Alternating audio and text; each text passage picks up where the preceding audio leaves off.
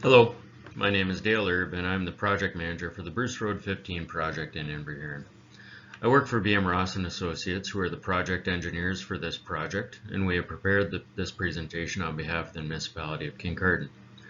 This virtual information session has been prepared to provide property owners and those interested in the project an opportunity to obtain a better understanding of what the proposed reconstruction of Bruce Road 15 will entail. With the COVID-19 pandemic, we found these virtual information sessions very beneficial as they allow individuals an opportunity to hear about the project at a time that works best for them. The presentation will cover the limits of the project, the scope of work to be done, timing of the work, access during construction, detours, and the overall impacts that will be experienced during the construction activities. So with that said, and on behalf of the Municipality of Kincardine in cooperation with the County of Bruce, we welcome you to listen in on the following informative session. So in 2014, the class environmental assessment to extend water and sanitary services to previously unserviced areas of the community of Inverhuron was finalized. And then in 2015, the project to extend those services was tendered, but the project was not awarded due to the unexpected high prices that were received for the anticipated work. More recently, the Municipality of Kincardine expressed interest in starting the first phase of drainage improvements in Inverhuron, north of Bruce Road 15, and consultation began with the County of Bruce for road and drainage improvements that would be required on Bruce Road 15 itself. BM Ross was retained to provide engineering services for the design, planning, and contract administration for the expansion of servicing in the community. In the spring of 2022, the tender for the expansion of the servicing project on Bruce Road 15 was awarded to Omega Contractors, with the work expected to begin shortly after the long weekend in September. The project limits for the Inverhuron Bruce Road 15 project work are highlighted on the mapping shown on the screen. Project extends from west to Lake Street at the limit of the existing paved walkway to Albert Road. The scope of work will be outlined in the next few slides. The general scope of work consists of the following: the installation of infrastructure for a future low pressure sanitary collection system, the replacement of the existing storm outlet west to Lake Street, extension and replacement of the storm sewer and water main to Albert Road, updating the road to an urban cross-section from Lake Street to east of Victoria Street, as highlighted by the lighter color on the map, and upgrades to the existing rural cross-section between Victoria Street and Albert Road over the area highlighted adjacent to the existing park. Further details related to the proposed work are presented on the screen and include the following: the replacement of the existing water main and storm sewer from Lake Street to Victoria Street. This work includes reconnecting all existing water services at the main line, the extension of water main and storm sewer from Victoria to Albert, and this work includes the installation of new water services from the property to the main line, the replacement of the existing sanitary force main from Lake Street to Albert Road, which currently provides service to sections of Lake Street South as well as sections of Lake Street North, and the installation of a new low pressure sanitary main from Lake Street to Albert Road with new services from the property line to the main line. Now, this low pressure sanitary collection will be the future backbone of a larger low pressure system for the entire area. But this system, after installation under the current contract, will not be operational until future works are also installed at a time which is yet to be determined. A new storm sewer outlet will be installed, protected with new armor stone and riprap protection, and will replace the two existing outlets from Lake Street west along the existing beach access. A new urban cross-section with mountable curb will be constructed from Lake Street to 85 meters east of Victoria Street, with the remaining length of the project area staying a standard rural cross-section with ditches up to Albert Road. The roadway will be reinstated to a constant width, and the installation of a new paved shoulder for pedestrian use on the north side of Bruce Road 15 from the parking area to Victoria Street. Boulevard disturbance should be expected, but will be restored as part of the construction activities, including topsoil and hydroseed, which will ultimately form grass. The base asphalt layer will be placed in late fall of 2022, with the surface asphalt placed in late spring or summer of 2023. It should be noted that the excavation for the water and sanitary service installations may encroach onto private property, as sometimes is required to provide appropriate transitions.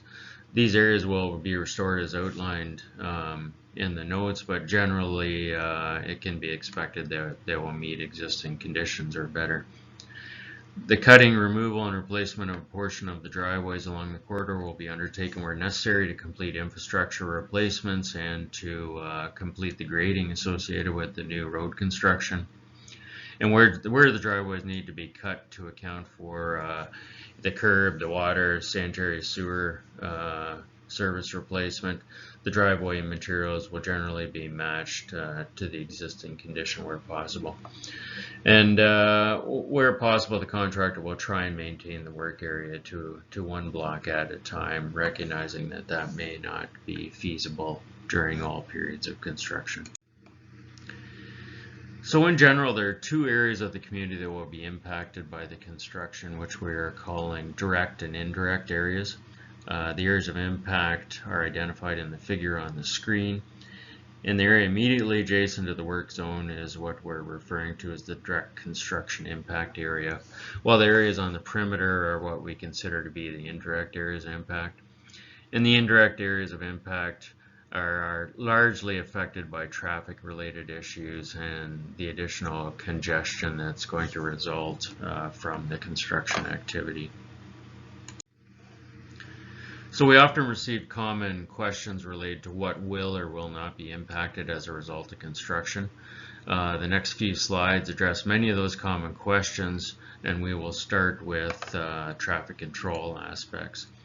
So due to the impactful nature of the proposed construction, access to the impacted area of Bruce Road 15 will be limited to local traffic only, with intermittent closures as required from time to time to complete the infrastructure upgrades. It's recommended that when possible, an alternative driving and walking route be taken, where possible. Detours will be used by the contractor to direct traffic around the active construction areas, and Victoria Street South will be open to help with traffic flow when required. The paved area near Lake Street and Bruce Road 15 intersection will be closed, and traffic will be reduced to one lane through the construction zone. There will be times when traffic is stopped for short durations to accommodate construction activities, so delays should be expected, and you should add a few minutes to your travel times accordingly. Once construction has begun, no on-street or boulevard parking will be permitted within the construction zone for the duration of the project, but parking will continue to be permitted on adjacent streets. Where possible, driveway access will be maintained, like we said, but there will be times when properties do not have access to their driveway and may at times be restricted depending on the construction activity. The contractor and representatives from BM Ross will make every effort to notify affected property owners, but we like to bring this to your attention just so you're aware that there is a possibility. In general, there will be limited planned disruption for water servicing. However, the connection to any water main will require temporary shutdown of individual supply for short periods. When a temporary disruption is necessary, the affected property owners will be notified for the scheduled disturbances. And for those currently serviced by municipal sewage system, the sanitary service disruptions are expected to be limited. If it is required, though, a notice to each property will be provided in advance whenever possible for those scheduled disturbances. With construction, you may notice some discoloration of the municipal water as a result of construction.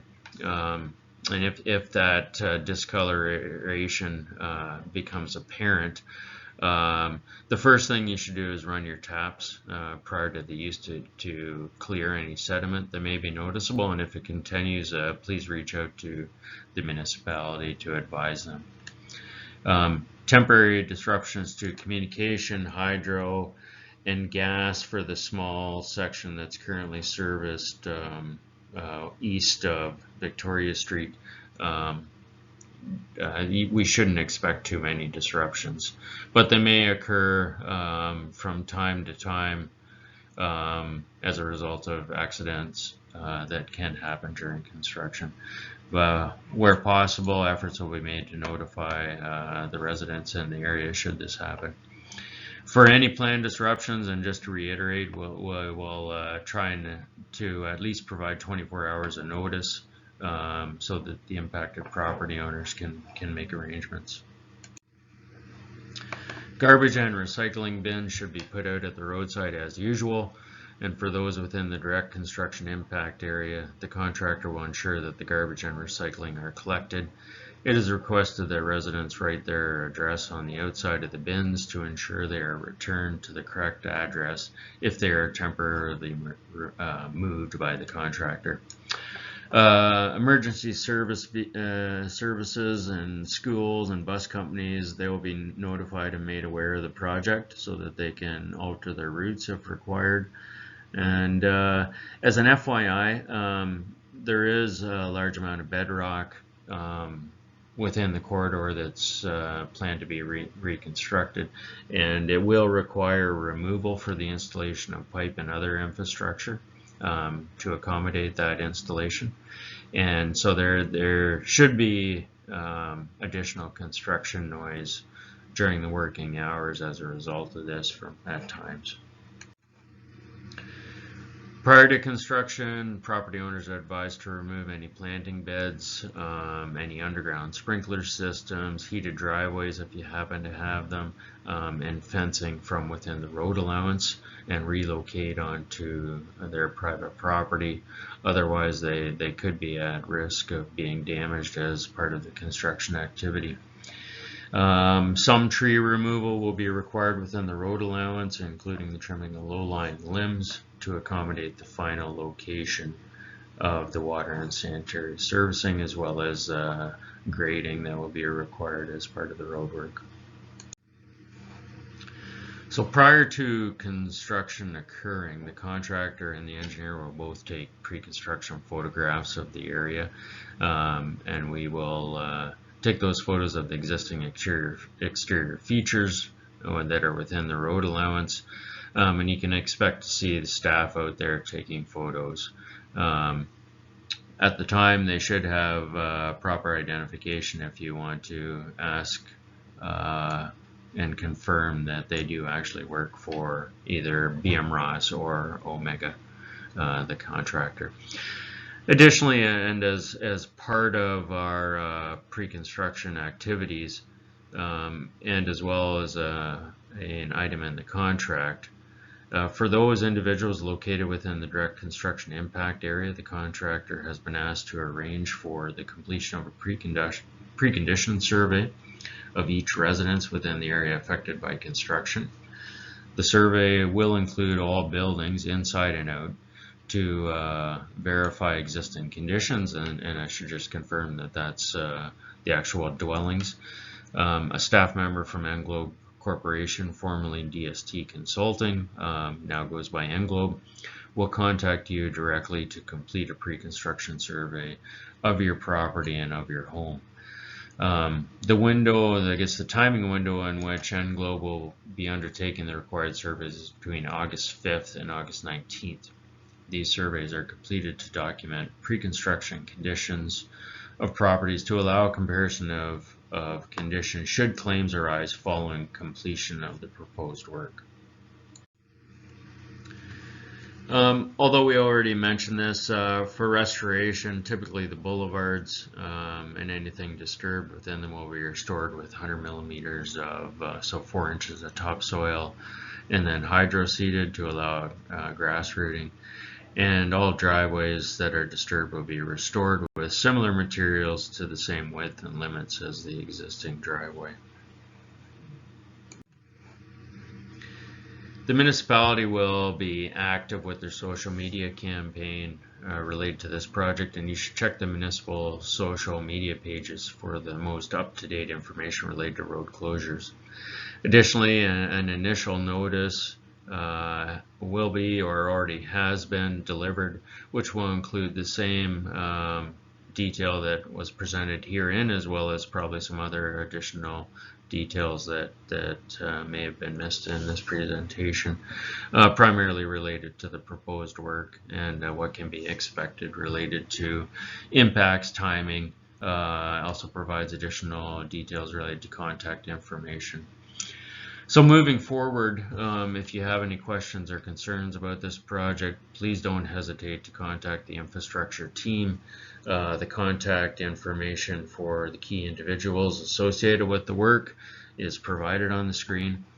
And as noted there, for general questions, contact Corey, Dale, or Ryan, Dale being myself, and for specific questions related to water distribution, sanitary servicing, or stormwater drainage, please get a hold of Mark O'Leary.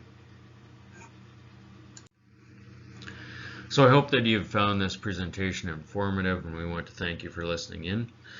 We know construction can be inconvenient and obtrusive, and we also want to thank you ahead of time for your patience and cooperation as we work through the project described herein. Please don't hesitate to reach out with any concerns.